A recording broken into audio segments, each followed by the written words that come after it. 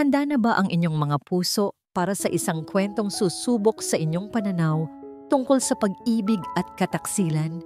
Halina't pakinggan natin ang isang salaysay na magpapatunay na kung minsan ang pinakamatamis na simula ay may itinatagong pinakmapait na wakas. Sabi nila, ang araw ng kasal ang pinakamasayang araw sa buhay ng isang babae. Pero paano kung sa mismong araw na yon, sa mismong oras na dapat ay puno ng galak, ay matutuklasan mo ang isang lihim na dudurog sa buong pagkatao mo? Ito ang kwento ni Hiraya at ito ang simula ng kanyang pagbangon mula sa abo ng isang durog na pangarap.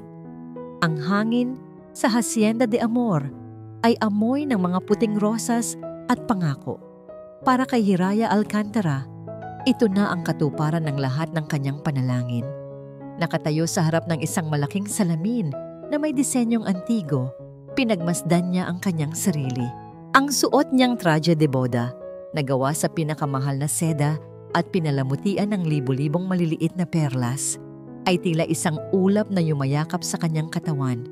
Bawat tahi, bawat detalye, ay simbolo ng pag-ibig na inakala niyang panghabang buhay. Isang ngiti ang sumilay sa kanyang mga labi. Sa wakas, ikakasal na siya kay Dael Montenegro, ang lalaking nagparamdam sa kanya kung paano maging isang reyna. 5 taon. 5 taon ng puro pagmamahal, pag-unawa, at masasayang alaala. Si Dael ang kanyang mundo, ang kanyang pangarap. "You look like an angel, Hira," sabi ng kanyang ina mula sa likuran habang inaayos ang mahabang belo. "Salamat, Mama," sagot ni Hiraya. Ang kanyang mga mata ay nangingilid sa luha ng kaligayahan. "Feeling ko po, panaginip lang ang lahat ng ito." "Hindi ito panaginip, anak. Karapat-dapat ka sa lahat ng ito." Ilang minuto na lang at magsisimula na ang seremonya. Ngunit bago ang lahat, may isang bagay siyang gustong gawin. Gusto niyang masilayan si Dael kahit saglit lang. Kahit bawal daw sabi ng mga pamahiin, hindi niya mapigilan ang sarili. Ang pananabik sa kanyang puso ay umaapaw. Dahan-dahan siyang lumabas mula sa kanyang bridal suite.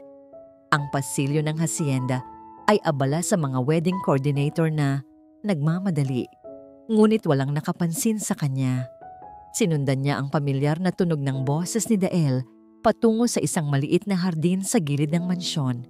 Nakatayo siya sa likod ng isang malaking haligi, handa na sanang tawagin ang pangalan nito nang marinig niya ang isa pang boses. Isang boses na kilalang-kilala niya. "Konti na lang, Dael. Konting tiis na lang," sabi ni Mariquit Romero, ang nobya ng kanyang kuya amihan, ang babaeng ituturing na niyang kapatid. Napakunot ang noo ni Hiraya. Ano ang pinag-uusapan nila? "Alam ko, Kit. Pero nahihirapan na ako," sagot ni Dael. At sa tono ng boses nito, may naramdaman si Hiraya na kakaibang bigat. Sa tuwing tinitingnan ko siya, sa tuwing ngumingiti siya sa akin, parang sinasaksak ang konsensya ko. "Isipin mo na lang ang plano," mahinang sabi ni Mariquit. "Isipin mo ang kinabukasan na naghihintay sa atin. Ang sakripisyong ito para sa ating dalawa." "Plano? Sakripisyo?" Ang puso ni Hiraya ay nagsimulang tumibok ng sobrang bilis. Isang malamig na kaba ang gumapang sa kanyang buong katawan. Anong plano ang sinasabi nila? Dahan-dahan, sumilip siya mula sa gilid ng haligi. At ang kanyang nakita, iyon ang imaheng dudurog sa kanyang mundo. Nakatalikod si Dael, ngunit kitang-kita niya ang mukha ni Mariquit. Ang mga kamay nito ay nakahawak sa magkabilang pisngi ni Dael. Puno ng pagsamba ang mga mata ni Mariquit. Isang uri ng pagsamba na hindi kailanman nakita ni Hiraya sa mga mata nito kapag kasama ang kanyang kuyahan. At pagkatapos, sa isang iglap na parang tumigil ang pag-ikot ng mundo, inilapit ni Dael ang kanyang mukha at hinalikan si Mariquit. Hindi ito isang simpleng halik.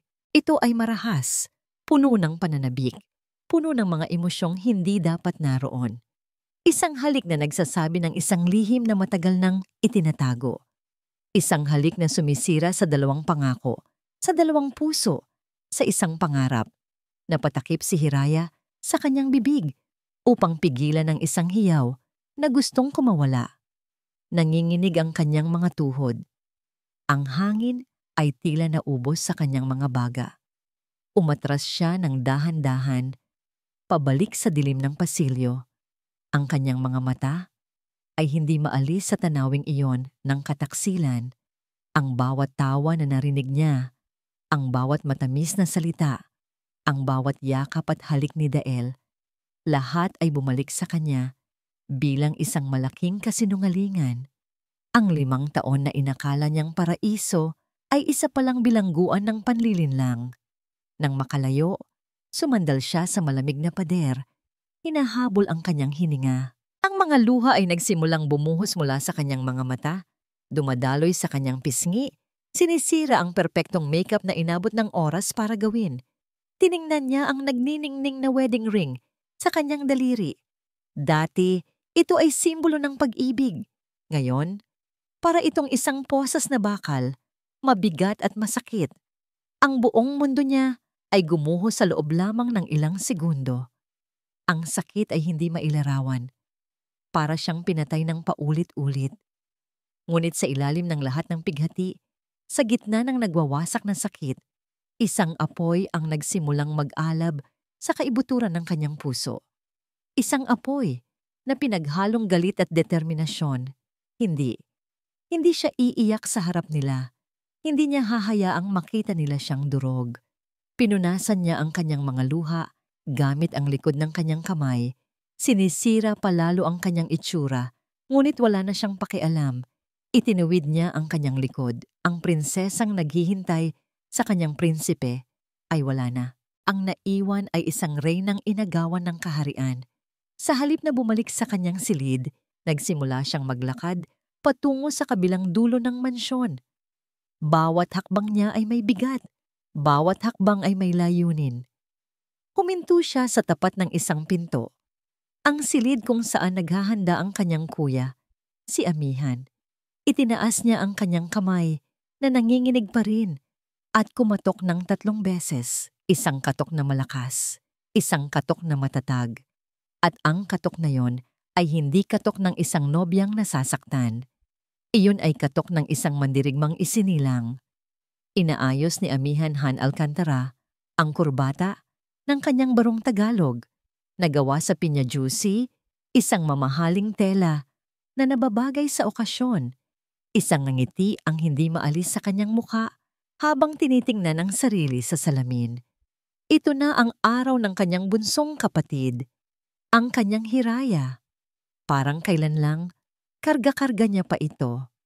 Ngayon, ihahatid na niya ito sa altar. Bilang kuya, wala na siyang ibang hiling kundi ang kaligayahan nito. At nakita niya ang kaligayahang yon kay Dael. Mabait si Dael, magalang, at higit sa lahat, mahal na mahal nito si Hiraya. O iyon ang akala niya. Sa isiping iyon, sumagi rin sa kanyang isip ang sarili niyang nobya, si Marikit. Malapit na rin sila. Siguro, pagkatapos ng kasal na ito, sa susunod na taon, sila naman ang haharap sa dambana. Ang ideyang yon ay nagdulot ng init sa kanyang puso. Nasa gitna siya ng kanyang masayang pag-iisip nang may kumatok sa pinto. 3 malalakas at mariing katok. Sandali lang, sigaw niya. Inaakalang isa yon sa mga wedding coordinator. Pagbukas niya ng pinto, ang lahat ng nangiti at masasayang iniisip ay biglang naglaho na parang bula. Nakatayo sa harap niya si Hiraya. Pero hindi ito ang Hiraya na nakita niya kanina lang. Isang masayang nobya na tila isang anghel. Ang Hiraya na nasa harap niya ngayon ay isang aparisyon ng pighati. Ang kanyang perpektong ayos ay nasira ng mga luhang humalo sa pampaganda. Ang kanyang mga mata ay namumugto at puno ng isang emosyong hindi pa niya nakikita dati. Ang kanyang puting bestida ay tila naging kasuotan ng isang taong nagluluksa. Hiraya, anong nangyari? Tanong ni Amihan. Ang kanyang boses ay puno ng pag-aalala. Hinawakan niya ito sa braso at marahang ipinasok sa silid, saka isinara ang pinto. Hindi sumagot si Hiraya. Sa halip, humagulgol ito ng malakas. Isang hagulgol na nagmumula sa kaibuturan ng isang pusong pinira-piraso. Niyakap siya ni Amihan ng mahigpit. Hinahayaan itong ilabas ang lahat ng sakit. Si Dael!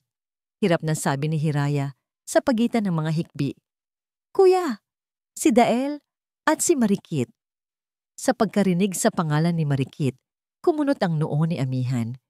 Isang masamang premonisyon ang biglang bumalot sa kanya. Anong tungkol sa kanila? Nanginginig na ikinuwento ni Hiraya ang lahat. Ang usapan tungkol sa plano at sakripisyo, ang tanawin sa hardin, ang halik. Bawat salita ay parang isang patalim na tumatarak, hindi lang sa puso ni Hiraya, kundi pati na rin sa puso ni Amihan. Natapos magsalita si Hiraya at ang tanging maririnig sa silid ay ang kanyang mga hikbi. Si Amihan ay nanatiling tahimik, hindi gumagalaw. Ang kanyang mukha ay walang emosyon na tila isang maskara. Ngunit sa ilalim ng kalmadong anyo na yon, isang bulkan ang sumasabog. Ang sakit para sa kanyang kapatid, ang galit para sa kanyang nobya, ang pandidirihan para sa lalaking pinagkatiwalaan niya.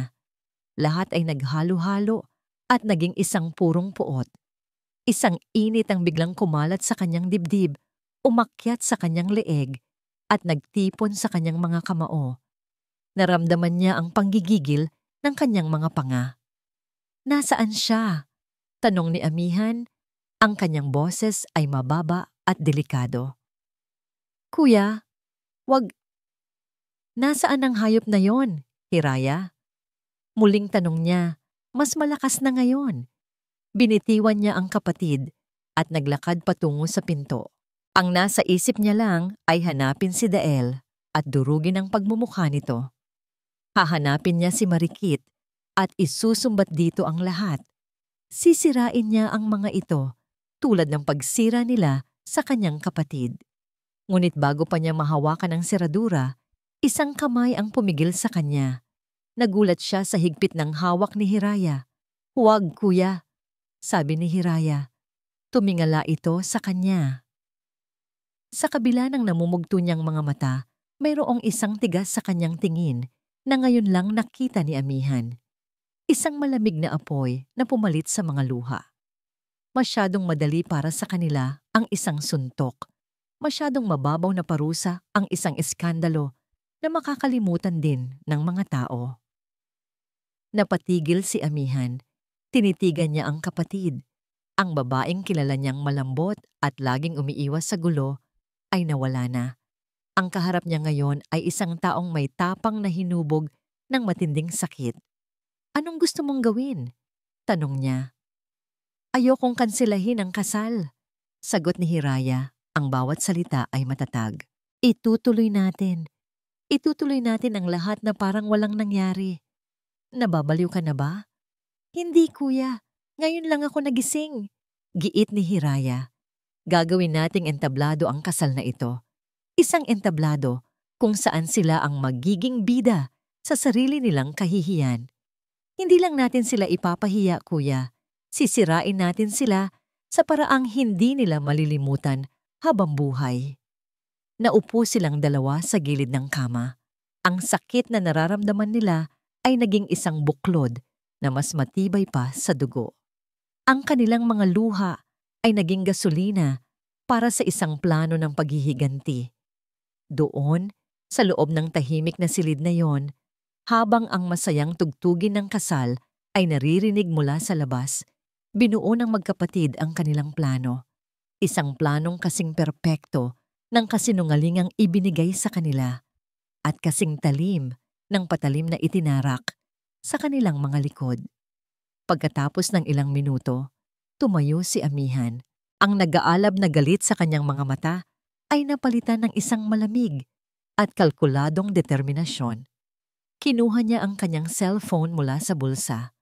Sinong tatawagan mo? Tanong ni Hiraya. Tumingin si Amihan sa kapatid. Isang maliit ngunit mapanganib na ngiti ang sumilay sa kanyang labi.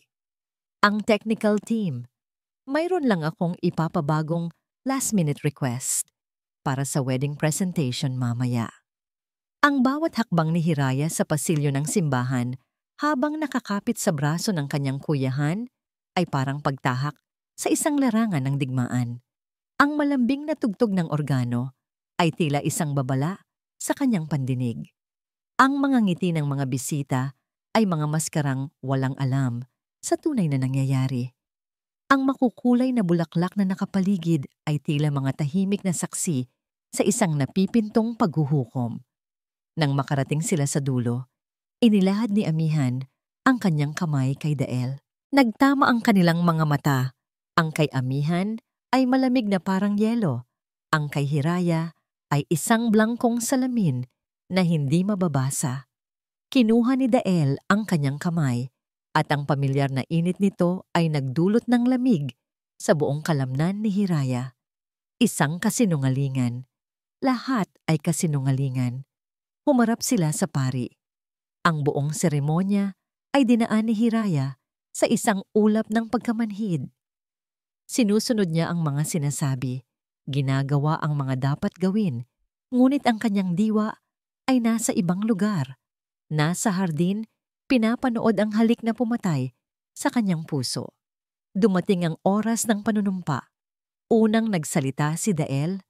Ang kanyang boses ay puno ng sinseridad na ngayon ay alam na ni Hiraya na peke. Hiraya, ipinapangako ko sa harap ng Diyos at ng lahat ng naririto na mamahalin kita, aalagaan, at igagalang habang ako'y nabubuhay. Ang bawat salita ay isang insulto, isang sampal sa kanyang pagkatao. Nang siya na ang magsasalita, huminga siya ng malalim. Tumingin siya diretso sa mga mata ni Dael. Mga matang nagsinungaling sa kanya sa loob ng 5 taon. Hinayaan niyang makita ni Dael ang sakit bago niya ito tinakpan ng isang matamis, ngunit walang lamang ngiti. Dael, simula niya, ang kanyang boses ay kalmado at malinaw. Sa araw na ito, ipinapangako kong ibibigay sa iyo ang lahat ng nararapat. Ipinapangako kong hinding-hindi mo malilimutan ang araw na ito. At ipinapangako ko na mula ngayon, sisiguraduhin kong matatanggap mo ang katapatan na laan para sa iyo. Sa pandinig ng iba, iyon ay isang sumpa ng pag-ibig. Ngunit para sa kanya, iyon ay isang sumpa ng paghihiganti. Nakita niya ang bahagyang pagkunot ng noo ni Dael, isang senyales ng pagkalito, ngunit mabilis din itong nawala. You may now kiss the bride. Nang ilapit ni Dael ang mukha nito, bahagya niyang iginalaw ang kanyang ulo, kaya't ang halik na dapat ay sa labi ay tumama lamang sa gilid ng kanyang bibig. Isang maliit na pag-iwas na siya lang at si Dael ang nakapansin. Ang reception sa Grand Ballroom ng Hacienda de Amor ay isang perpektong ilusyon ng kaligayahan. Ang mga tawanan, ang tunog ng mga nag-uumpugang kopita, ang masayang musika. Lahat ay bahagi ng isang malaking teatro. Si Hiraya at Amihan ay gumanap sa kanilang mga papel nang walang kapintasan. Nakipagngitian, nakipag-usap, nagpasalamat sa mga bisita. Mula sa kanilang presidential table, kitang-kita ni Hiraya ang bawat galaw, nina Dael at Marikit. Nakaupo si Marikit sa tabi ni Amihan, umaarteng perpektong nobya, ngunit ang mga mata nito ay laging palihim na sumusulyap kay Dael. Si Dael naman ay abot tenga ang ngiti, tila isang lalaking nanalo sa loto. Para sa kanila, tagumpay na ang lahat. Nasa kanila na ang tiwala, ang pangalan, at malapit nang mapa sa kanila ang yaman ng mga alkantara. Pagkatapos ng hapunan, tumayo si Amihan at kinuha ang mikropono. Agad na tumahimik ang lahat. Isang magandang gabi po sa inyong lahat. Nakangiting bati ni Amihan. Sa ngalan ng pamilya Alcantara, maraming salamat po sa pagdalo ninyo sa pinakamasayang araw ng aking kapatid, Dael. Welcome to the family. Alam kong mamahalin mo si Hiraya nang higit pa sa buhay mo. Isang sarkastikong nangiti ang nakita ni Hiraya sa labi ng kanyang kapatid. At bilang regalo namin sa bagong kasal, patuloy ni Amihan, nais naming ibahagi sa inyo ang isang maikling video presentation na nagpapakita ng kanilang pagmamahalan. Pero bago yon, may isang espesyal na bahagi, isang behind-the-scenes footage, kumbaga, na nagpapakita kung gaano katotoo ang pag-ibig sa gabing ito. Ibinaba ni Amihan ang mikropono, nagpalakpakan ng mga tao. Nakita ni Hiraya ang pagngiti ni Dael at Marikit sa isa't isa, puno ng kasabikan. Dumilim ang ballroom. Ang lahat ng atensyon ay napunta sa isang malaking puting screen sa entablado. Nagsimula ang video. Sa unang ilang segundo, ang mga pamilyar na larawan ni Hiraya at Dael ang lumabas. Ngunit bigla, nagbago ang imahe. Naging itim at puti ito, medyo malabo. Isang security camera footage. Ang lokasyon, ang hardin sa gilid ng mansyon, ang petsa at oras kaninang umaga lang. Isang kolektibong pagtataka ang maririnig mula sa mga bisita. Sa screen, malinaw na lumitaw ang dalawang tao, si Dael at si Marikit. Ang puso ni Hiraya ay dumagundong sa kanyang dibdib. Ito na, narinig ng buong ballroom ang kanilang pinag-uusapan sa pamamagitan ng audio na kinuha mula sa kamera, ang tungkol sa plano, ang tungkol sa sakripisyo. At pagkatapos, ang eksenang sumira sa mundo ni Hiraya ay ipinakita sa lahat. Ang mahigpit na yakap, ang marahas na halik, isang nakabibinging katahimikan ang bumalot sa buong lugar. Ang tanging maririnig ay ang audio mula sa video.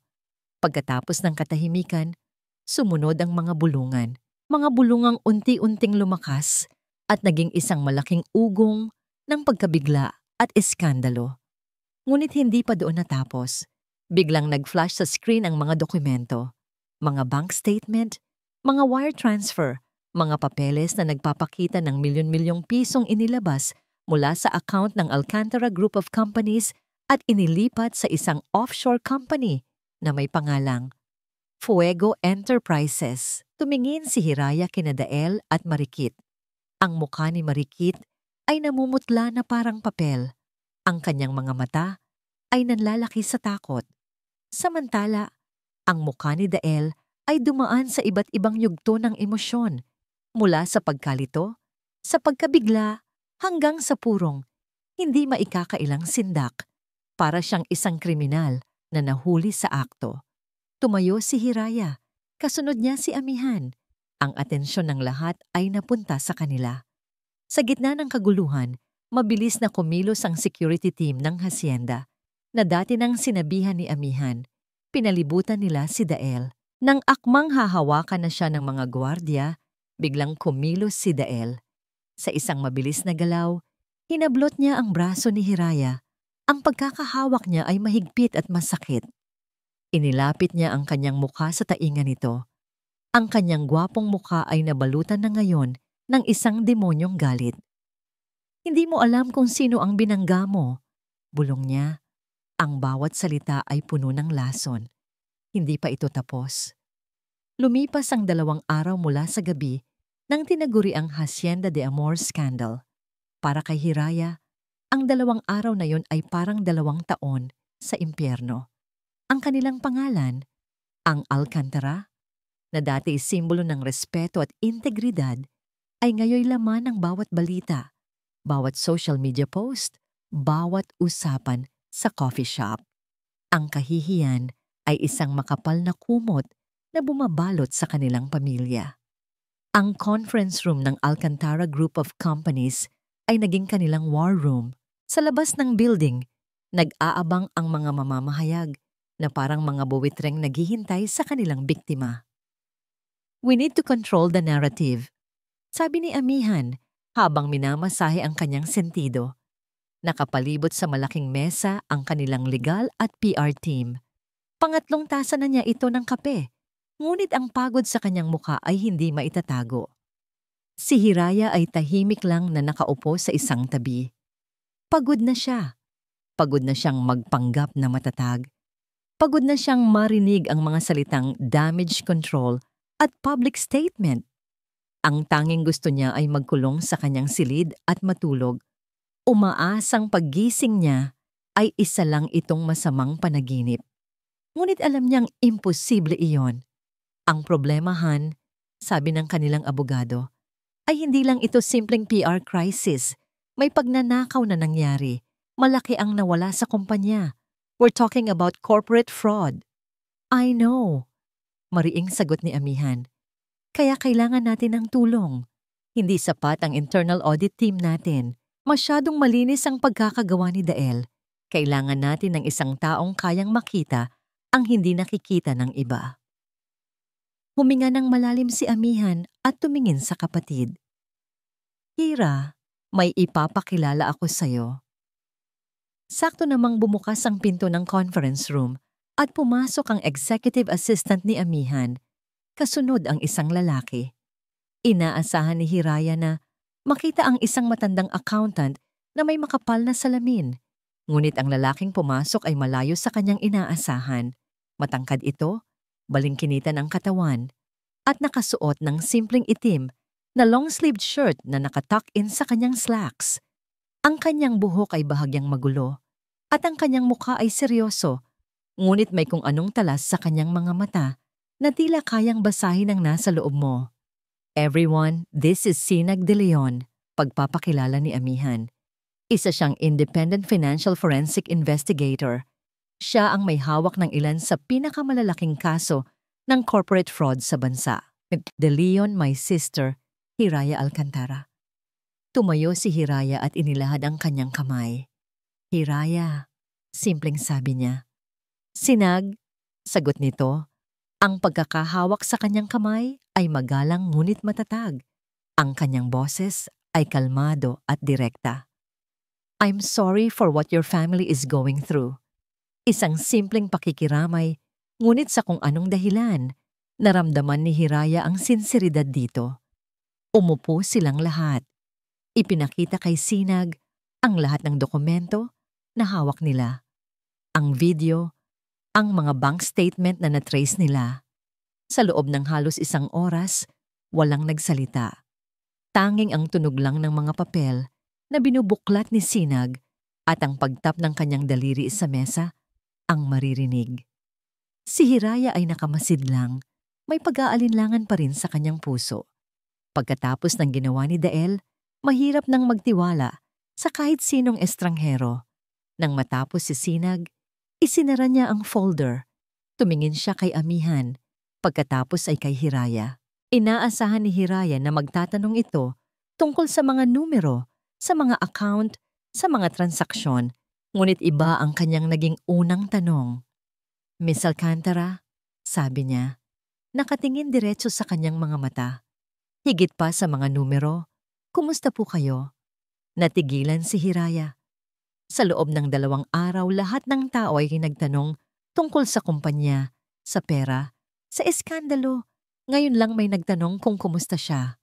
Ang simpleng tanong na yon ay tila isang malaking bato na tumama sa pader na kanyang itinayo sa paligid ng kanyang puso. Hindi siya nakasagot agad. Tumikhim siya. I'm fine. We just want to get to the bottom of this. Tumango si Sinag. Tila naiintindihan ang hindi niya sinasabi. I understand. Ibinaling niya ang tingin sa mga dokumento. The way the money was siphoned off is sophisticated. Dael used multiple shell corporations, layered transactions. He's good, but he's not invisible.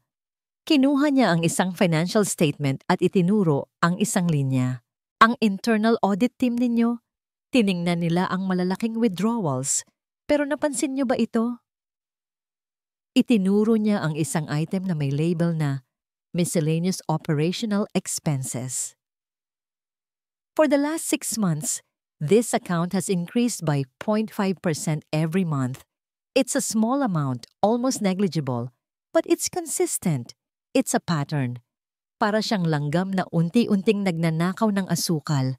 Hindi mo mapapansin hanggat hindi mo tinitimbang ang buong asukalan. Nagkatinginan si amihan at ang kanilang abogado. Walang sino man sa kanila ang nakapansin doon. Sa unang pagkakataon, Nakita ni Hiraya ang isang sinag ng pag-asa. Ang lalaking ito ay magaling. Totoong magaling. "Let me take this," sabi ni Sinag habang inililigpit ang ilang kopya ng dokumento. "I need to run them through my system. I'll trace where every single centavo went." Gabi na nang matapos ang kanilang pagpupulong. Habang nag-aayos na sila para umuwi, biglang tumunog ang telepono ni Hiraya. Isang unknown number. Nang sagutin niya, ang boses ni Sinag ang kanyang narinig. "Miss Alcantara," sabi nito sa kabilang linya. Ang kanyang boses ay may bahid ng pagkaapurahan. "I found something. I traced the small transactions. Lahat sila, kasama ang malalaking halaga na ninakaw ni Dael, ay pumasok sa iisang parent company. Isang holding firm na nakarehistro sa Cayman Islands." Naramdaman ni Hiraya ang pagbilis ng tibok ng kanyang puso. Anong pangalan ng kumpanya? Narinig niya ang pag-type sa keyboard bago sumagot si Sinag. Ang kanyang sagot ay isang salita na magiging susi sa isang mas malaki at mas madilim na misteryo. Ang pangalan ng kumpanya, sabi ni Sinag, ay Fuego Enterprises. Sa tabi ni Hiraya, narinig ni Amihan ang pangalan. Bigla itong napahinto, nanigas. Namutla ang kanyang muka na parang nakakita ng multo. "Fuego!" Bulong ni Amihan, hindi kay Hiraya o kay Sinag, kundi sa hangin. "Saan ko narinig ang pangalang yan?" Fuego. Ang salitang iyon ay umalingaw-ngaw sa loob ng malawak na opisina ni Amihan na parang isang malayong kulog. Fuego, apoy. Isang pangalan na nagdala ng biglaang lamig sa hangin, isang anino na biglang bumalot sa kanilang dalawa. "Kuya, ayos ka lang?" Nag-aalalang tanong ni Hiraya habang pinagmamasdan ng kapatid na tila natulo sa kinatatayuan. Hindi sumagot si Amihan. Ang kanyang mga mata ay nakatitig sa kawalan. Tila may isang lumang pelikulang nagpiplay sa kanyang isipan. Dahan-dahan, lumakad siya patungo sa bintana. Tinitingnan ang mga ilaw ng Ciudad de Esperanza sa ibaba. Ngunit ang kanyang nakikita ay isang imahe mula sa malalim na baul ng kanyang alaala. "Hindi ko matandaan kung saan," bulong niya, mas para sa sarili kaysa kay Hiraya. "Pero ang pangalang yan, may dalang bigat, may dalang dilim." Biglang hinarap ni Amihan si Hiraya, ang kanyang mga mata ay may bagong determinasyon. "Uwi na tayo." Ang biyahe pa uwi sa mansyon ng mga Alcantara ay tahimik at mabigat. Si Hiraya ay hindi na nagtanong pa. Nakikita niya sa mukha ng kapatid ang isang seryosong pag-iisip. Alam niyang ang pangalang Fuego ay hindi lang isang pangalan ng kumpanya. Ito ay isang multo mula sa kanilang nakaraan. Pagdating sa bahay, hindi sila dumiretso sa kanilang mga silid. Sa halip, nagkatinginan lang sila at sabay na naglakad patungo sa isang pinto sa dulo ng pasilyo sa ikalawang palapag. Isang pinto na bihira nilang buksan. Ang lumang library at home office ng kanilang yumaong ama. Pagbukas ni Amihan ng pinto, isang amoy ng lumang papel, katad, at alikabok ang sumalubong sa kanila. Ang silid ay madilim, maliban sa sinag ng buwan na tumatagos sa malaking bintana. Ang lahat ay nasa ayos, na tila naghihintay lang sa pagbabalik ng may-ari nito. Ang malaking mahogany desk, ang mga leather-bound na libro sa estante, ang mga litrato ng kanilang pamilya noong mga bata pa sila. Binuksan ni Hiraya ang ilaw. Ang kanilang mga anino ay humaba sa sahig na gawa sa kahoy. "Anong hinahanap natin, kuya?" tanong niya. "Hindi ko alam," sagot ni Amihan. "Pero pakiramdam ko nandito ang sagot." Nagsimula silang maghalongkat. Si Hiraya sa mga filing cabinet, si Amihan sa mga drawer ng mesa. Ang kanilang hinahanap ay hindi malinaw. Isang pangalan, isang dokumento, isang kahit anong bagay na mag-uugnay sa pangalang Fuego sa kanilang pamilya. Lumipas ang halos isang oras. Ang tanging naririnig ay ang kaluskos ng mga papel. Sa ilalim ng isang bunton ng mga lumang business proposal, may nakitang isang itim Leather-bound na journal si Hiraya. Pagbukas niya, ang sulat kamay ng kanilang ama ang kanyang nakita. "Kuya, tingnan mo 'to," tawag niya. Lumapit si amihan. Sabay nilang binuklat ang mga pahina. Ito ay personal na talaarawan ng kanilang ama na isinulat nito 25 taon na ang nakalilipas. Ang taon kung kailan namatay ang kanilang lolo, ang nagtatag ng Alcantara Group. Ang mga unang pahina ay puno ng mga plano para sa kumpanya. Ngunit habang lumalayo, ang tono ng pagsusulat ay nagbago. Naging mas madilim, puno ng galit at pighati. At doon, sa isang entry na may petsang 1 linggo pagkatapos ng libing ng kanilang lolo, nakita nila ang pangalan, Don Valeriano del Fuego. Siya, mahinang sabi ni amihan, tila isang malamig na realisasyon ang tumama sa kanya. Naalala ko na, si Don Valeriano, ang mortal na kaaway ni lolo. Ipinagpatuloy nila ang pagbabasa. Ikinuwento ng kanilang ama sa journal ang tungkol sa isang mapait na business rivalry. Si Valeriano del Fuego ay isang kasosyo ng kanilang lolo na naging sakim. Nagtangka itong manlamang, ngunit nabuking ito ng kanilang lolo at tinanggal sa kumpanya. Simula noon, isinumpa ni Valeriano na babawi siya. Nasisirain niya ang mga Alcantara at aagawin ang lahat nang mayroon sila. Sa isipan ni amihan, isang alaala mula sa pagkabata ang biglang lumitaw. Isang gabi, mga 7 taong gulang pa lang siya noon. Nagising siya dahil sa malakas na sigawan mula sa library. Sumilip siya sa siwang ng pinto at nakita ang kanyang ama at lolo na nagtatalo. At kasama nila ang isang lalaking hindi niya kilala na may matalim na tingin at aroganteng tindig. Iyon pala, si Valeriano. Ang pagkamatay ni lolo, basag ni Hiraya sa katahimikan, ang kanyang boses ay nanginginig. Nakalagay sa death certificate, atake sa puso. Nahulog daw sa hagdanan. Pero hindi yun ang nakasulat dito, sabi ni amihan habang itinuturo ang isang talata sa journal. Binasa ito ni Hiraya ng malakas. Hindi aksidente ang pagkamatay ni Papa. Valeriano was there. Nakita ko siya. Nagtalo sila. Tinulak niya si Papa. Pinatay niya ang aking ama at wala akong magawa. Wala akong ebidensya. Isang nakabibinging katotohanan ang bumagsak sa kanila. Ang kanilang lolo ay hindi namatay sa aksidente. Pinatay ito at hindi pa doon natatapos.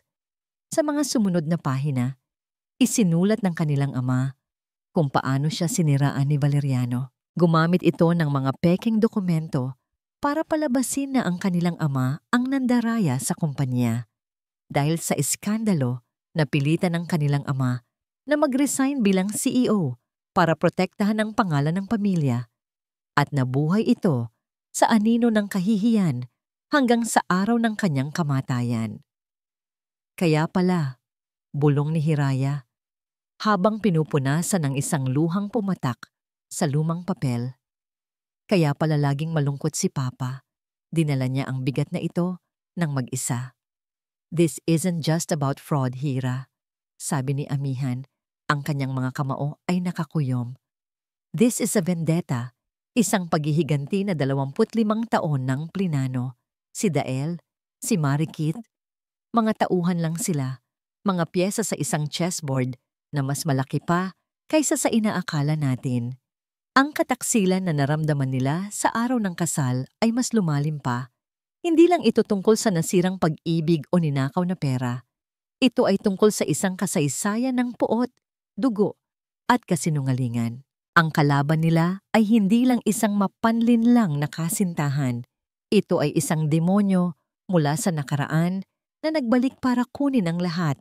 Binalikan ni amihan ang huling pahina ng journal. May isang huling entry na isinulat ng kanilang ama ilang araw bago ito mamatay dahil sa sakit sa puso. Isang pusong matagal nang wasak. Ang sulat ay nanginginig na, ngunit ang mensahe ay malinaw. Valeriano took everything. He didn't just kill my father, he killed my soul. There was a witness, but he's long gone. He vanished. Pinatahimik siya ni Valeriano. Ang pagkatuklas sa madilim na lihim ng kanilang pamilya ay parang isang malakas na bagyo. Ngunit hindi pa man sila nakakabangon mula sa hagupit nito, ang kalaban ay nagsimula nang magpakawala ng sarili niyang unos. Hindi na naglalaro sa anino si Don Valeriano del Fuego. Lumabas na siya para sa kanyang huling atake. Ang unang dagok ay tumama sa media. Biglang naglabasan ang mga artikulo at blind items na nagpapahiwatig na ang buong wedding scandal ay isang malaking palabas lamang, isang gawa-gawa ng mga Alcantara para pagtakpan ang nalalapit na pagkalugi ng kanilang kumpanya. Lumabas ang mga peking source na nagsasabing matagal nang may problema ang AGC at ginamit lang daw ang drama para makuha ang simpatya ng publiko at mga investor. Masakit, ngunit ang sumunod na atake, ang personal, na dumurog sa kanila. Isang gabi, habang kumakain ng hapunan, sina Hiraya at Amihan, napatigil sila nang makita ang balita sa telebisyon. Isang eksklusibong panayam.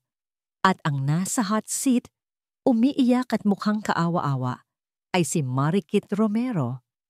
Hindi ko po alam ang tungkol sa pera, sabi ni Marikit sa TV host. Ang kanyang boses ay nanginginig at puno ng luha. Ang alam ko lang, mahal ko si Amihan.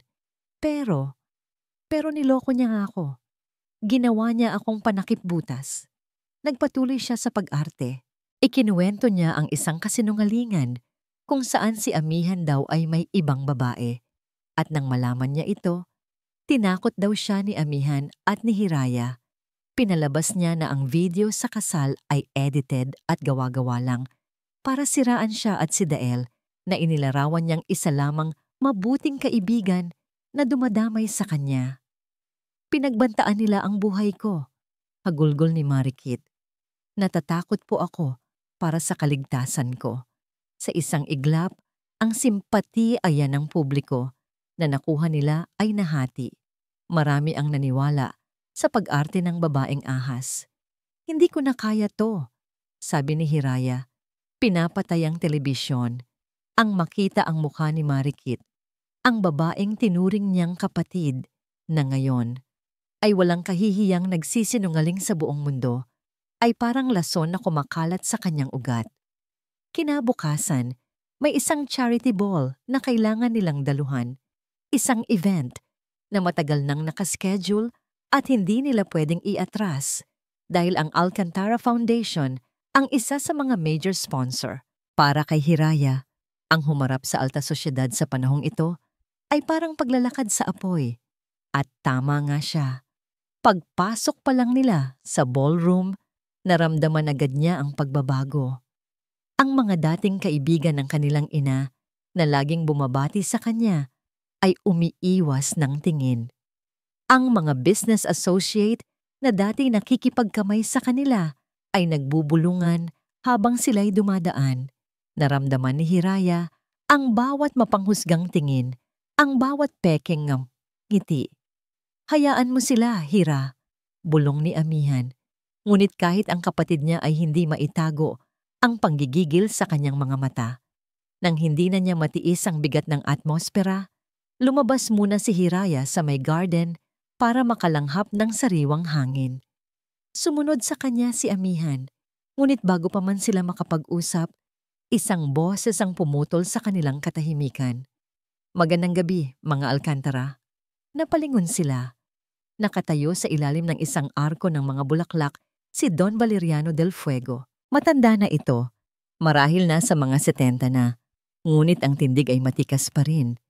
Nakasuot ito ng mamahaling suit at may hawak na tungkod na may silver na ulo ng ahas, ngunit ang pinakanakapangingilabot ay ang kanyang mga mata. Malamig, mapanuri, at puno ng tagumpay. Don Valeriano, mariing sabi ni Amihan, habang inilalagay ang sarili sa harap ni Hiraya na tila isang panangga. Amihan Alcantara, malaki ka na.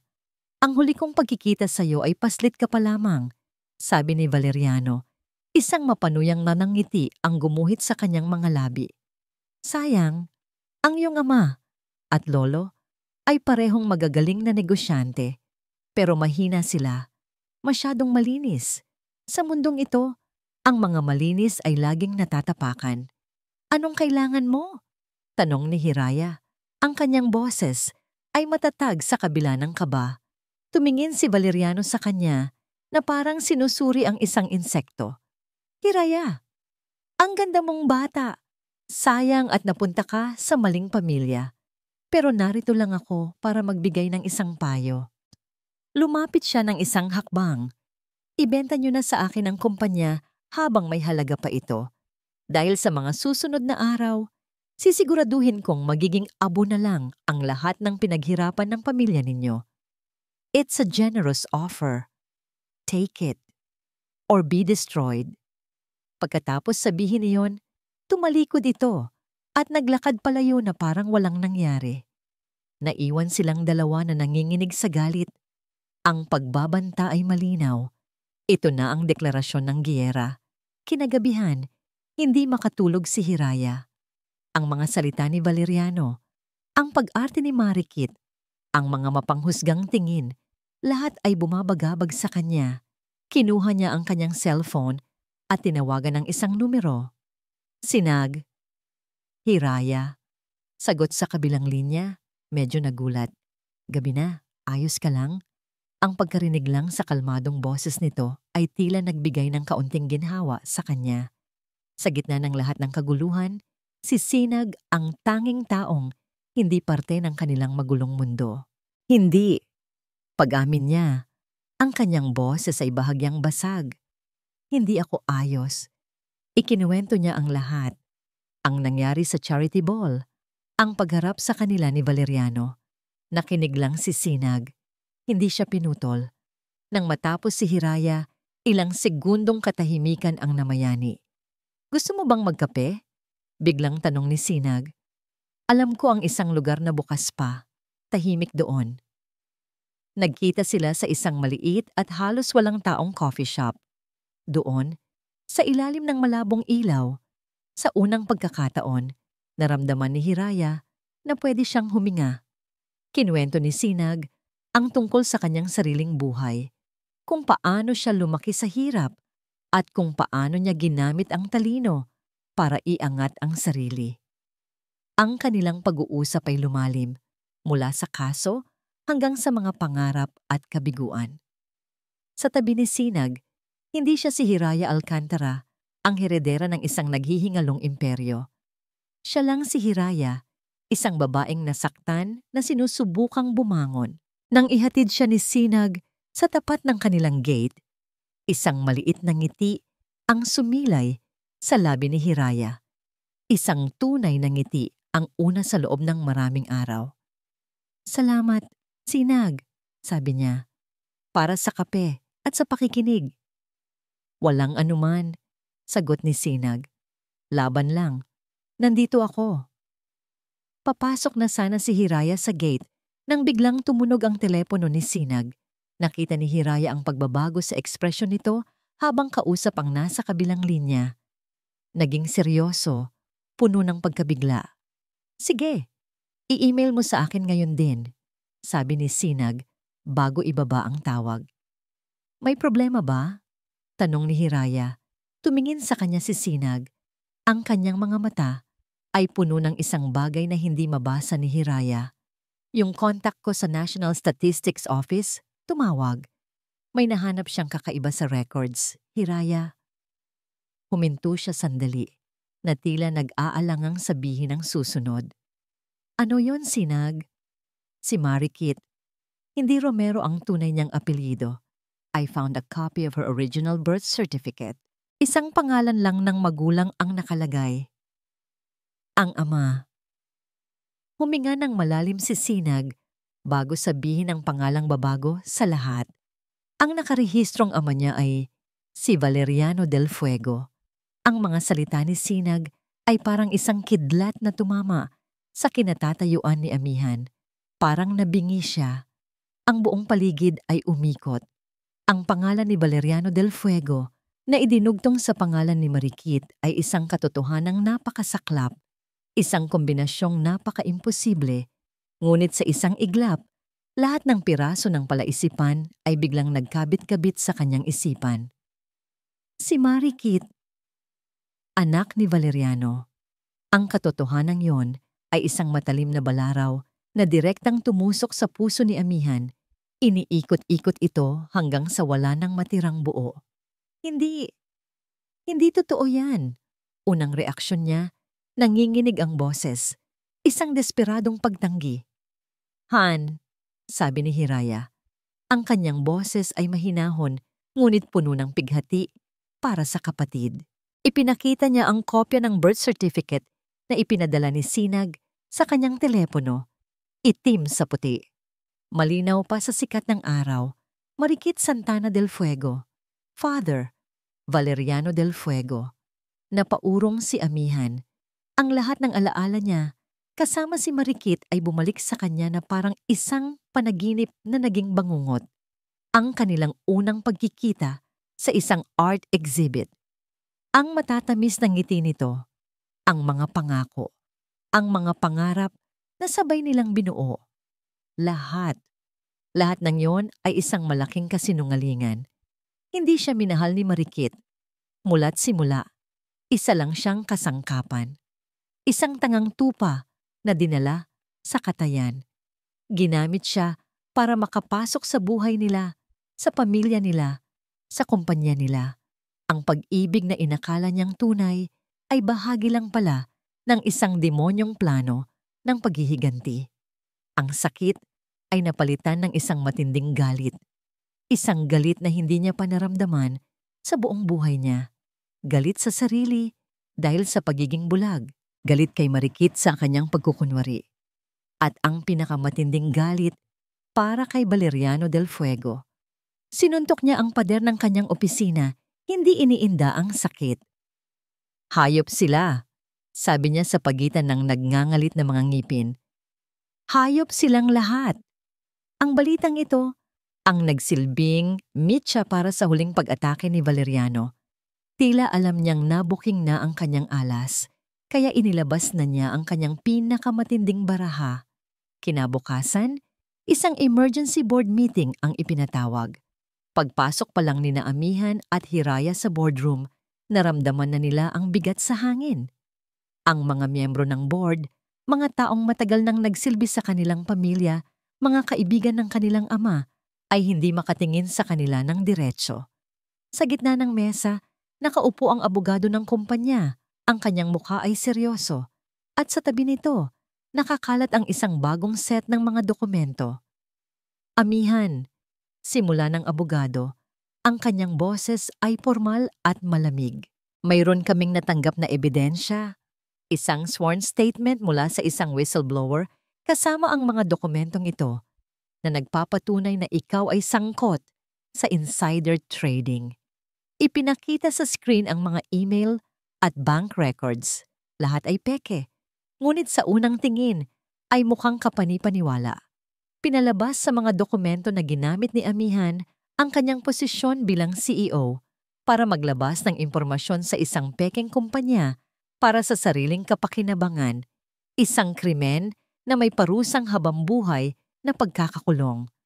This is absurd! Gawa-gawa lang to! Sigaw ni Amihan. Tumatayo. Maaring ganoon nga, sabi ng isa sa mga board member, si Mr. Jimenez, isang matandang lalaki na kasing edad ng kanilang ama. Ngunit Amihan, sa gitna ng iskandalong kinakaharap ng kumpanya, hindi natin kayang isugal ang tiwala ng mga shareholder. The evidence is compelling, whether it's fabricated or not. Anong ibig niyong sabihin? Tanong ni Hiraya, hindi makapaniwala sa kanyang naririnig. The board has voted. Sabi ng abogado, iniiwasan ng kanilang mga mata. Effective immediately, Amihan Alcantara is suspended indefinitely as President and CEO of the Alcantara Group of Companies, pending a full investigation. Gumuho ang mundo ni Amihan. Ang kumpanyang ipinagkatiwala sa kanya ng kanyang ama, ang legasiya ng kanilang lolo, ay inagaw mula sa kanya ng mga taong dapat sana'y poprotekta dito. Tiningnan niya ang bawat muka sa paligid ng mesa. Nakita niya ang takot, ang pag-aalinlangan, ang paghuhugas kamay. Ipinagkanulo sila. Si Valeriano ay hindi lang isang kaaway na nasa labas. May mga ahas na pala siyang inalagaan sa loob mismo ng kanilang bakuran. Lumabas sila ng boardroom na parang mga talunang sundalo. Ang mga bulungan ng mga empleyado sa pasilyo ay parang mga bubuyog na umuugong sa kanilang tainga. Ang kahihiyan ay mas matindi pa kaysa noong araw ng kasal. Dumiretso si Amihan sa kanyang opisina. Ang opisinang minana niya sa kanyang ama. Ang bawat sulok nito ay puno ng alaala. Dito siya unang natutong magbasa ng financial reports. Dito niya unang narinig ang mga pangarap ng kanyang lolo. Ngayon, para na lang itong isang hawla. Umupo siya sa kanyang swivel chair, tinitingnan ang pangalan sa plaque sa kanyang mesa. Amihan S. Alcantara, President and CEO. Sa isang iglap, lahat ng iyon ay nawala. Pag-ibig, reputasyon, posisyon, lahat ay inagaw sa kanila. Pumasok si Hiraya sa opisina at nakita ang kapatid na nakayuko. Ang kanyang mga balikat ay nanginginig. Sa unang pagkakataon, sa buong buhay niya, nakita niya si Amihan Alcantara, ang kanyang matatag at hindi matinag na kuya na umiiyak. Hindi ito iyak ng pighati. Ito ay iyak ng isang taong naubusan na ng lakas. Iyak ng sukdulang pagkatalo. Lumapit si Hiraya at niyakap ang kapatid. Sa sandaling iyon, nagpalit sila ng papel. Siya na ngayon ang matatag. Siya na ang magiging lakas. Hindi pa tayo tapos, kuya. Bulong niya. Hindi pa. Hanggat humihinga tayong dalawa, hindi pa tayo tapos. Sa gitna ng kanilang kawalan ng pag-asa, habang ang anino ni Don Valeriano ay tila lumamon na sa lahat ng kanilang pag-aari. Isang sinag ng liwanag ang biglang sumilip. Tumunog ang telepono ni Hiraya. Ang kanilang abogado pala. Hiraya, may mabuti akong balita. Sabi nito sa kabilang linya. Ang boses ay may halong pag-asa. Yung private investigator na kinuha natin, may nahanap siya. Na-trace niya ang kinaroroonan ng dating chief accountant ng lolo ninyo. Yung nawawalang saksi. Biglang napaangat ng ulo si Amihan. Ang mga luha sa kanyang mata ay napalitan ng isang bagong kislap. Nahanap na natin siya, Hiraya. Patuloy ng abogado. Alam na natin kung saan siya nagtatago. Ang biyahe ay tumagal ng halos 4 na oras. Iniwan nila ang magulo at maingay na Ciudad de Esperanza at tinahak ang daan patungo sa isang tahimik na probinsya sa timog. Sa bawat kilometrong nilalayo nila, tila nababawasan ang bigat na nakadagan sa dibdib ni Hiraya.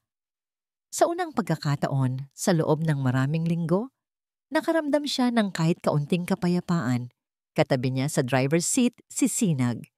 Tahimik lang itong nagmamaneho, ngunit ang presensya nito ay sapat na para maramdaman ni Hiraya na hindi siya nag-iisa sa laban na ito. Hindi nila pinag-usapan ang kaso. Sa halip, ang mga tanawin sa labas ang kanilang naging libangan. Ang luntiang mga bukirin, ang mga naglalakihang puno ng akasya sa gilid ng daan, ang mga batang naghahabulan. Para tayong tumatakas, mahinang sabi ni Hiraya habang nakatingin sa labas ng bintana. Hindi tayo tumatakas, sagot ni Sinag. Hindi inaalis ang tingin sa daan. Naghahanap tayo ng daan pabalik. Ang mga salitang yon ay tumatak sa isip ni Hiraya. Tama si Sinag. Hindi ito pagtakas. Ito ay isang misyon.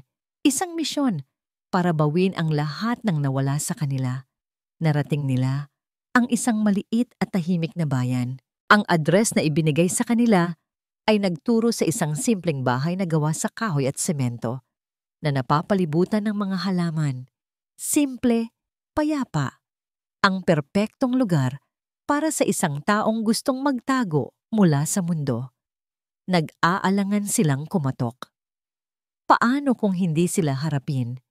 Paano kung itaboy sila? Isang matandang lalaki ang nagbukas ng pinto. Payat ito, kuba na ang likod, at ang kanyang buhok ay kulay pilak na. Ang kanyang mukha ay puno ng mga guhit ng panahon at takot. Nang makita sila, ang una niyang reaksyon ay pagsarhan sila ng pinto. "Wala kayong mapapala sa akin. Umalis na kayo," sabi nito, nanginginig ang boses. "Mang Mateo?" tanong ni Hiraya. Isinisingit ang kanyang paa sa siwang ng pinto para hindi ito maisara. "Ako po si Hiraya Alcantara. Anak po ako ni Ricardo Alcantara. Apo po ako ni Don Andres." Sa pagkarinig sa pangalan ng kanyang lolo, natigilan ang matanda. Dahan-dahan itong binuksan muli ang pinto. Tinititigan si Hiraya mula ulo hanggang paa. "Kamukhang kamukha mo ang lola mo," bulong nito. Pinapasok sila ni Mang Mateo sa maliit nitong sala. Naupo sila sa mga upuang yari sa yantok. Ang hangin ay mabigat sa tensyon. 25 taon, simula ni Mang Mateo. 25 taon akong nanahimik. 25 taon akong nagtago. Huwag niyo nang guluhin ang buhay ko. "Mang Mateo, kailangan po namin ang tulong ninyo," pakiusap ni Hiraya. "Alam po namin ang nangyari. Alam naming nasaksihan ninyo ang lahat." "Wala akong nakita. Wala akong alam." Mabilis na tanggi ng matanda. Umiiwas ng tingin. "Aksidente ang nangyari sa amo ko." Yun ang sabi ng pulis. Pero hindi po yun ang totoo, di ba? Giit ni Hiraya. Nakita niya ang takot sa mga mata ng matanda. Ang takot na yon ang nagpatunay na nasa tama silang landas. Kinuha ni Hiraya ang kanyang wallet at inilabas ang isang luma at medyo kupas ng litrato. Isang litrato niya noong bata pa siya. Kasama ang kanyang nakangiting lolo. Inilapag niya ito sa mesa sa harap ni Mang Mateo. "Siya po ito," sabi ni Hiraya. Ang kanyang boses ay nanginginig sa emosyon. "Ang lolo ko. Ang amo ninyo na pinagsilbihan ninyo ng tapat sa loob ng 30 taon. Isang mabuting tao na pinatay at dinungisan ng pangalan. Ang pamilya po namin, sinisira na kami ni Valeriano del Fuego. Kung hindi po kayo magsasalita, tuluyan na niyang makukuha ang lahat." Napatingin si Mang Mateo sa litrato. Hinawakan niya ito gamit ang kanyang nanginginig na mga kamay. Tinitigan niya ang nakangiting mukha ni Don Andres Alcantara.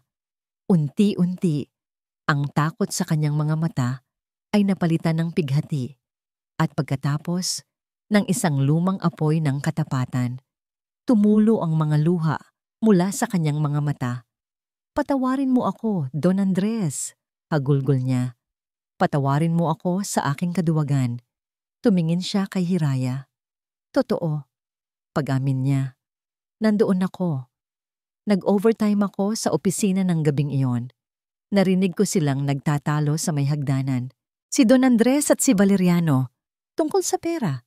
Tungkol sa pandaraya ni Valeriano." Huminga siya ng malalim na tila binabalikan ng isang bangungot. Nagalit si Don Andres. Sinabi niyang ipapakulong niya si Valeriano. Biglang tinulak ni Valeriano ang lolo mo. Isang malakas na tulak. Nakita ko kung paano siya nahulog. Ang tunog. Hinding-hindi ko malilimutan ang tunog na yon. Napatakip ng bibig si Hiraya.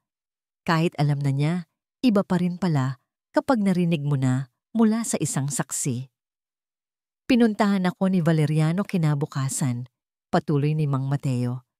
"Pinagbantaan niya ang pamilya ko, ang mga anak ko. Sabi niya, papatayin niya kami isa-isa kapag nagsalita ako. Kaya tumakas ako. Nagtago kami. Pinalitan namin ang aming pangalan. Ipinangako ko sa sarili ko na hinding-hindi na ako babalik." "Mang Mateo, kailangan po namin ng testimonya ninyo," sabi ni Sinag sa unang pagkakataon. Umiling si Mang Mateo. "Kahit magsalita ako, salita ko lang laban sa salita niya. Mayaman siya, makapangyarihan, Pero meron po kayong higit pa sa salita. Hindi po ba? Tanong ni Hiraya. Naaalala ang reputasyon ni Mang Mateo bilang isang metikulosong accountant. Napatingin sa kanya si Mang Mateo. Nagulat. Ngumiti siya ng mapait. Matagal ko nang itinago. Akala ko, dadalhin ko na ito sa aking hukay. Tumayo siya at lumapit sa isang lumang aparador. May kinuha siyang isang maliit na susi mula sa kanyang leeg at binuksan ang isang nakatagong kompartimento sa ilalim. Mula doon, inilabas niya ang isang maliit, makapal at itim na ledger. Bago pa man ang lahat ng gulo, paliwanag niya habang inilalapag ang ledger sa mesa.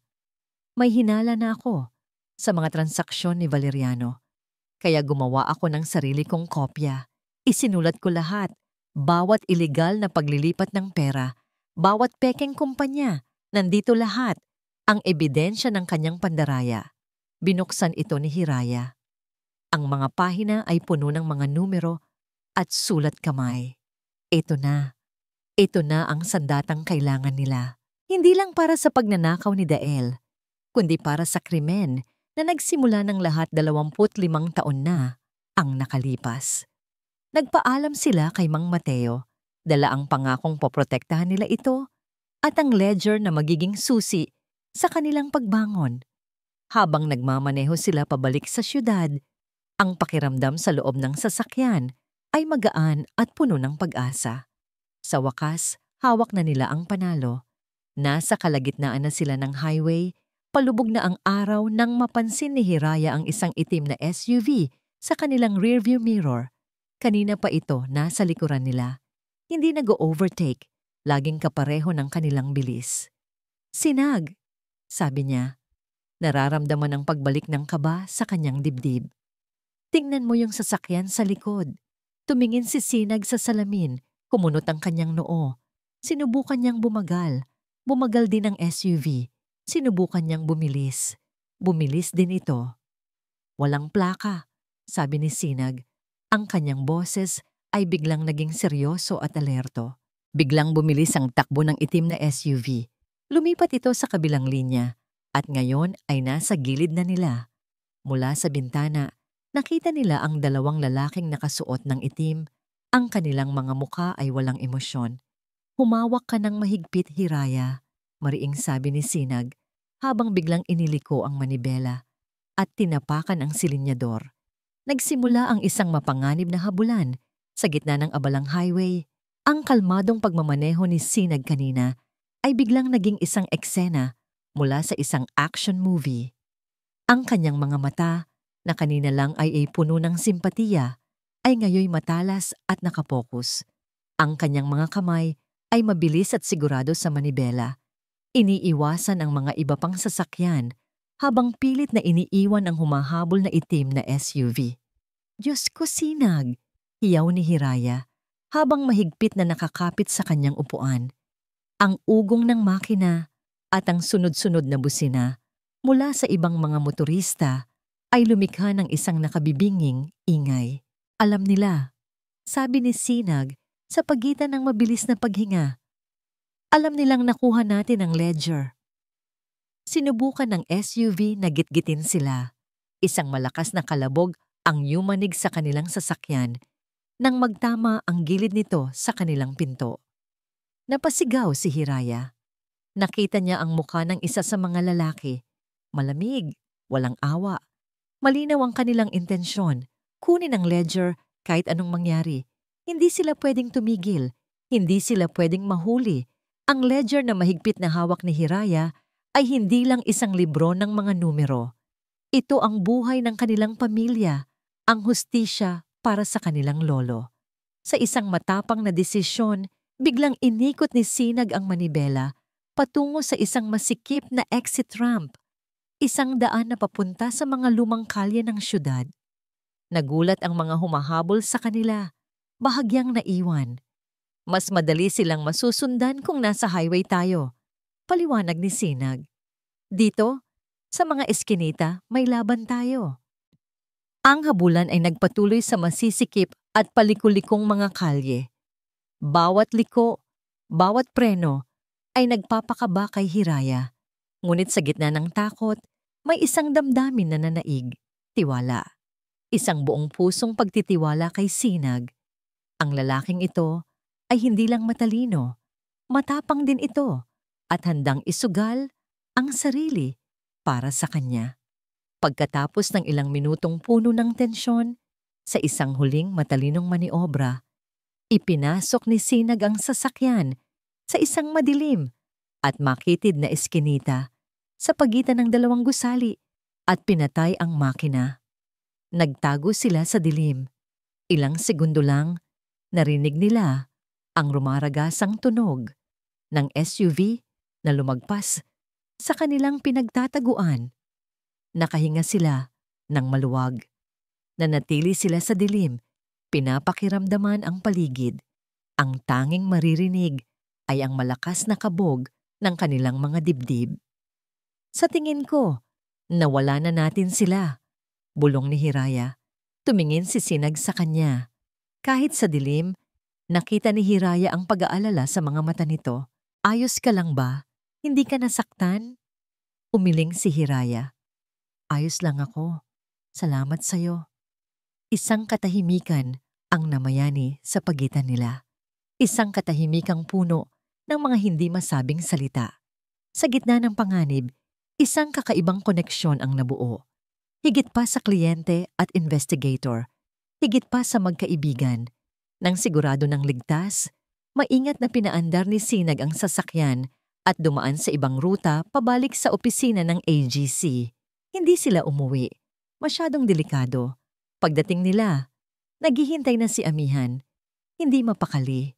Nang makita silang ligtas, lalo na si Hiraya, isang malaking ginhawa ang mababasa sa kanyang mukha. Anong nangyari? Ikinuwento nila ang lahat. Ang pag-amin ni Mang Mateo, ang ledger, ang habulan. Ibinigay ni Hiraya ang itim na ledger kay Amihan para itong isang sagradong bagay na ipinapasa. Ito na, kuya, sabi ni Hiraya. Ito na ang lahat. Ang gabing iyon ay naging pinakamahaba sa kanilang buhay. Ang opisina ay naging kanilang headquarters. Tumawag si Amihan sa iilang miyembro ng board na alam niyang mapagkakatiwalaan pa rin mga taong may utang na loob sa kanilang ama. Ipinaliwanag niya ang sitwasyon at humingi ng tulong para makapagpatawag ng isang emergency shareholders meeting kinabukasan. Isang malaking sugal. Si Hiraya naman ang nagsilbing tigaayos ng mga dokumento. Pinagdugtong-dugtong niya ang istorya mula sa ledger ni Mang Mateo, sa mga bank transfer ni Dael, hanggang sa birth certificate ni Marikit. Binuo niya ang isang presentasyon na magpapakita ng buong katotohanan. At si Sinag, gamit ang kanyang laptop, ay naging isang henyo sa teknolohiya. Kinuha niya ang mga datos mula sa ledger at ginawan ito ng digital copy. Inihanda niya ang sworn statement ni Mang Mateo na ipinadala ng kanilang abogado. Inihanda niya ang lahat ng digital na ebidensya para sa malaking laban kinabukasan. Nag-umaga na nang matapos sila. Ang mesa ay puno ng mga tasa ng kape at mga basyo ng papel. Ang kanilang mga mata ay pagod, ngunit ang kanilang mga espiritu ay nag-aalab. Bago sila pumasok sa boardroom, huminto sandali si Hiraya sa harap ni Sinag. Sinag, sabi niya, hindi ko alam kung paano kita pasasalamatan. Isinugal mo ang buhay mo para sa amin. Tumingin si Sinag sa kanya. Isang maliit na ngiti ang sumilay sa kanyang pagod na mukha. Hindi pa tapos ang laban, sabi niya. Pero ano man ang mangyari mamaya, gusto kong malaman mo na karangalan kong lumaban kasama ka. May gusto sanang sabihin si Hiraya, ngunit walang salitang lumabas. Sa halip, isang tingin lang ang kanilang pinagsaluhan. Isang tingin na puno ng pasasalamat, respeto, at isang damdaming nagsisimula pa lang mamukadkad. Naglakad sila patungo sa boardroom. Si Hiraya, si Amihan, at si Sinag. Isang hukbong binubuo ng tatlong tao, dala ang bigat ng nakaraan at ang pag-asa para sa hinaharap. Handa na sila para sa huling pagtutuos. Ngunit pagdating nila, sa tapat ng pinto ng boardroom, hinarang sila ng isang grupo ng mga security guard na hindi nila kilala. Ang pinuno ng mga ito ay humakbang pasulong. "Pasensya na, Mr. Alcantara, Miss Alcantara," sabi nito. Ang kanyang mukha ay walang ekspresyon. "May utos mula sa acting management. Hindi kayo pinapahintulutang pumasok sa pulong na ito." Ang mga salita ng security guard ay parang isang pader na biglang humarang sa kanilang daan. Sa likod ng salaming pinto ng boardroom, nakikita ni Hiraya ang mga anino ng mga shareholder at board members. Nandoon na ang lahat. At sa pinakaimportanteng sandali, sa mismong pintuan ng kanilang kaharian ay pinipigilan silang pumasok. "Anong karapatan niyong harangan kami?" Galit na tanong ni Amihan. Sinusubukang itulak ang mga gwardiya. "Pag-aari ng pamilya ko ang kumpanyang ito. Utos lang po ang sinusunod namin," sagot ng gwardiya. Hindi natitinag. Ang tensyon ay tumitindi. Ang lahat ng kanilang pinaghirapan ay tila mauuwi sa wala. Sa isang iglap ng desperasyon, napatingin si Hiraya kay Sinag na nanatiling kalmado sa kanyang tabi. Nang akala nilang wala ng pag-asa, isang boses ang biglang narinig mula sa kanilang likuran. "Pabayaan niyo silang pumasok." Napalingon sila. Nakatayo doon si Mr. Jimenez, ang pinakamatandang board member, kasama ang 2 pang loyalista sa kanilang pamilya. Ang mukha ni Mr. Jimenez ay puno ng determinasyon. "Hindi niyo pwedeng pigilan ang mga may-ari na pumasok sa sarili nilang pamamahay," mariing sabi niya sa mga gwardiya. Nagkatinginan ang mga gwardiya, nag-aalangan. Ngunit ang awtoridad sa boses ni Mr. Jimenez ay hindi matatawaran.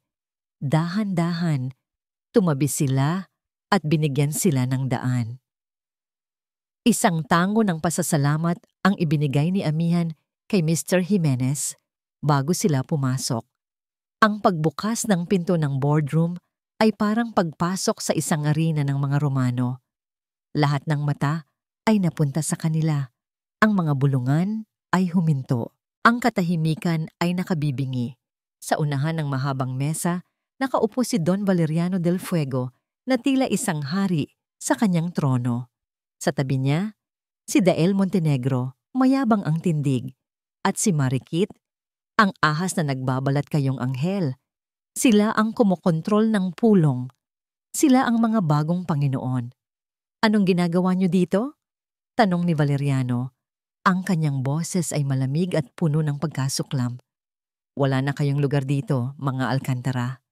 Hindi sumagot si Amihan. Sa halip lumakad siya patungo sa unahan. Sumunod si Hiraya. Ang bawat hakbang ay may bigat at layunin. "Bago niyo simulan ang pagbebenta ng kumpanyang ninakaw ninyo," simula ni Hiraya, ang kanyang boses ay malinaw at matatag, umaalingaw-ngaw sa buong silid. "Mayroon lang kaming ilang bagay na gustong linawin." Itinuro niya si Dael. Ang lalaking ito, si Dael Montenegro, ay nagnakaw ng milyon-milyon mula sa ating kumpanya. "Isang walang basehang akusasyon," sigaw ni Dael. Ngumiti si Hiraya. Isang ngiting mapait at puno ng tapang. "Walang basehan?" Inilabas ni Sinag ang kanyang laptop at isinaksak ito sa projector. Sa isang iglap, ang malaking screen sa likod nila ay nagpakita ng mga bank statement, mga wire transfer, ang digital copy ng lahat ng ebidensya. Lahat ng perang ninakaw mo ay napunta sa iisang kumpanya, ang Fuego Enterprises. Nagkaroon ng bulungan sa mga shareholder. Tumingin si Hiraya kay Valeriano na nanatiling kalmado, ngunit may bahagyang kabana sa kanyang mga mata. "At sino ang nagmamay-ari ng Fuego Enterprises?" tanong ni Hiraya sa mga manunood. "Walang iba, kundi ang taong nag-orkestra ng lahat ng ito, si Don Valeriano del Fuego." Ang bulungan ay lalong lumakas. Pero ang tanong ay bakit? Patuloy ni Hiraya. "Hindi lang ito tungkol sa pera. Ito ay paghihiganti." Lumakad siya palapit kay Marikit na namumutla na. At para maisakatuparan ng paghihiganting iyon, ginamit niya ang kanyang pinakamahalagang sandata. Nag-flash sa screen ang birth certificate ni Marikit. Ang pangalan ni Valeriano del Fuego bilang ama ay malinaw na nakasulat. Isang kolektibong pagkagasp ang narinig sa buong silid. Ginamit niya ang sarili niyang anak. Sabi ni Hiraya, ang kanyang boses ay puno ng pandidiri. Para lokohin ang kapatid ko, para sirain ang aming pamilya, para makapasok sa aming buhay. Mga kasinungalingan, sigaw ni Valeriano, tumatayo. Gawa-gawa niyo lang ang lahat ng yan. Talaga ba? Tanong ni Hiraya. Kung ganoon, paano mo ipapaliwanag ito? Pinindot ni Sinag ang isang button. Isang audio recording ang umalingaw-ngaw sa buong silid. Ang nanginginig na boses ni Mang Mateo na ikinukwento ang lahat ng kanyang nasaksihan 25 taon na ang nakalipas. Ang pagtatalo, ang pagtulak, ang pagpatay kay Don Andres Alcantara. Katahimikan. Isang ganap at mabigat na katahimikan ang bumalot sa boardroom. Lahat ng kulay ay nawala sa mukha ni Valeriano. Tapos na ang laro. Wala kang pruweba, yo. Desperadong sigaw ni Valeriano. Salita lang yan ng isang matandang duwag. Diyan ka nagkakamali, sabi ni Amihan habang inilalapag ang itim na ledger sa mesa. Isang malakas na kalabog ang ginawa nito. Ang buong kasaysayan ng iyong pandaraya, nakasulat lahat dito, mula sa unang sentimo na ninakaw mo hanggang sa pagpatay mo sa aming lolo. Sa puntong iyon, tuluyan nang nawala sa sarili si Valeriano. Ang kanyang maskara ng pagiging isang respetadong negosyante ay nahulog. Inilalabas ang isang demonyong puno ng puot. Dapat lang sa kanya yon. Umalingaw-ngaw ang kanyang sigaw. Inagaw niya ang dapat ay sa akin. Dapat ay sa akin ang kumpanyang to. At dapat lang na mamatay kayong lahat na mga Alcantara. Isang hindi sinasadyang pag-amin. Isang pag-amin na narinig ng lahat. Sakto sa sandaling iyon, bumukas ang pinto ng boardroom. Ngunit hindi na ito mga gwardiya. Pumasok ang isang grupo ng mga pulis. Don Valeriano del Fuego, Dael Montenegro, Marikit del Fuego, sabi ng hepe ng pulisya. Inaaresto kayo para sa kasong corporate fraud at murder. Nagsimula ang kaguluhan.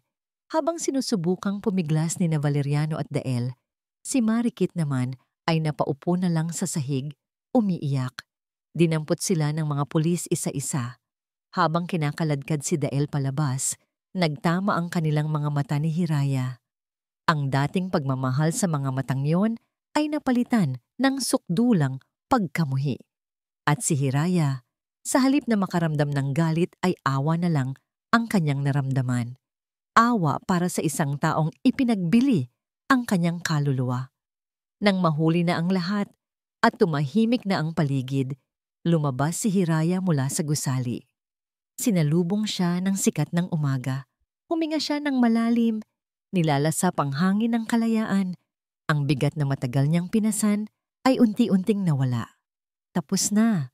Sa wakas, tapos na. Ngunit sa gitna ng kanyang tagumpay, sa gitna ng kanyang paglaya, ang mga luha ay nagsimulang pumatak mula sa kanyang mga mata. Mga luha ng sakit, ng pagod, at ng isang bagong simula. Lumipas ang 6 na buwan. Ang ingay ng iskandalo ay unti-unti nang humupa, napalitan ng mga balita tungkol sa muling pagbangon ng Alcantara Group of Companies. Sa ilalim ng pamumuno ni Amihan na ibinalik bilang CEO, ang tiwala ng mga investor at ng publiko ay dahan-dahang nanumbalik. Natuto siya mula sa mga pagkakamali ng nakaraan. Naging mas matalino siya, mas maingat, at isang leader na mas may puso. Ngunit ang pinakamalaking pagbabago ay hindi nangyari sa loob ng mga pader ng aid. Ito ay nangyari sa puso ni Hiraya. Hindi na siya bumalik sa kanyang posisyon sa kumpanya. Ang mundo ng korporasyon na dati kanyang pangarap ay tila nawalan na ng kulay. Natagpuan niya ang isang bagong layunin, isang bagay na mas malapit sa kanyang puso. Itinatag niya ang Hiraya Foundation, isang maliit na organisasyong non-profit na tumutulong sa mga kababaihang naging biktima ng emosyonal na panloloko at pang-aabuso. Sa isang maliit at maliwanag na opisina, na napapalibutan ng mga halaman, nakaupo si Hiraya kaharap ang isang batang babae. Ang mga mata nito ay puno ng luha. Ang kwento nito ay halos kapareho ng sa kanya, isang kwento ng pag-ibig na naging kasinungalingan. Akala ko, siya na, hikbi ng babae. Ibinigay ko ang lahat. Hinawakan ni Hiraya ang kamay nito. Alam ko, sabi niya, ang kanyang boses ay malambing at puno ng pag-unawa. Ang sakit ay parang isang malalim na sugat, pero ang sugat, gaano man kalalim, ay naghihilom. Ang mahalaga ay kung ano ang gagawin mo pagkatapos. Gagamitin mo ba ang peklat bilang paalala ng sakit o bilang simbolo ng iyong katatagan?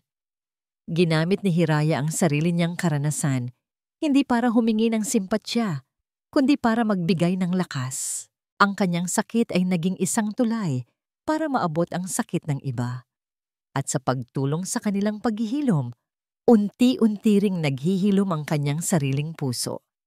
Isang hapon, pagkatapos ng kanyang trabaho sa foundation, nagmaneho si Hiraya papunta sa kanyang paboritong lugar, isang tahimik na baybayin sa labas ng syudad. Dito niya laging natatagpuan ang kapayapaan. Habang nakaupo siya sa buhangin, pinapanood ang dahan-dahang paglubog ng araw, isang anino ang tumabon sa kanya. Napatingala siya. Nakatayo doon si Sinag. May dalang 2 tasa ng mainit na kape. Naisip kong baka nandito ka, sabi niya. Isang pamilyar na ngiti ang nasa kanyang mga labi. Lagi mo akong nahahanap, sagot ni Hiraya. Tinatanggap ang kape. Umupo si Sinag sa tabi niya. Sa loob ng 6 na buwan, naging matalik silang magkaibigan. Walang pilitan, walang mali siya. Naging sandalan sila ng isa't isa. Si Sinag na laging nakikinig at si Hiraya na nagturo kay Sinag kung paano ngumiti ng mas madalas. Kumusta ang mga demonyo? Birong tanong ni Hiraya. Nasa kulungan pa rin, sagot ni Sinag. Hinatulan si Valeriano ng habambuhay na pagkabilanggo para sa pagpatay.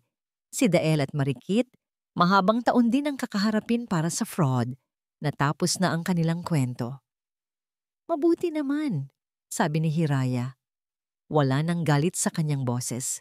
Tanging isang pakiramdam ng pagsasara ng isang kabanata. Naglakad-lakad sila sa dalampasigan. Ang kanilang mga paa ay nilalaro ng papalapit na mga alon. Ang katahimikan sa pagitan nila ay komportable, puno ng mga nauunawaang damdamin. Naalala mo ba noong una tayong nagkita? Basag ni Sinag sa katahimikan. Tinanong kita kung kumusta ka. Ang sabi mo, I'm fine. Napangiti si Hiraya sa alaala. Nagsisinungaling ako noon. Alam ko, sabi ni Sinag. Kaya tatanungin kita ulit ngayon, Hiraya. Kumusta ka na? Huminto si Hiraya sa paglalakad. Hinarap niya si Sinag. Tumingin siya sa mga mata nito, mga matang naging saksi sa kanyang pinakamasakit na mga sandali at naging sinag ng pag-asa sa kanyang pinakamadilim na gabi.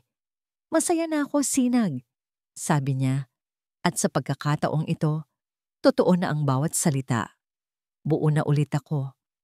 Hindi dahil sa nakaganti ako, kundi dahil natuto akong patawarin ang sarili ko. At natutunan kong, posible palang magsimula muli. Sa paglubog ng araw, na nag-iwan ng kulay kahel at rosa sa kalangitan, dahan-dahang inilahad ni Sinag ang kanyang kamay. Hindi ito isang engranding kilos. Simple lang. Isang alok. Isang paanyaya. Tinitigan ito ni Hiraya. At pagkatapos, dahan-dahan din niyang inilagay ang kanyang kamay sa ibabaw nito. Ang kanilang mga daliri ay nagsalikop. Isang perpektong akma.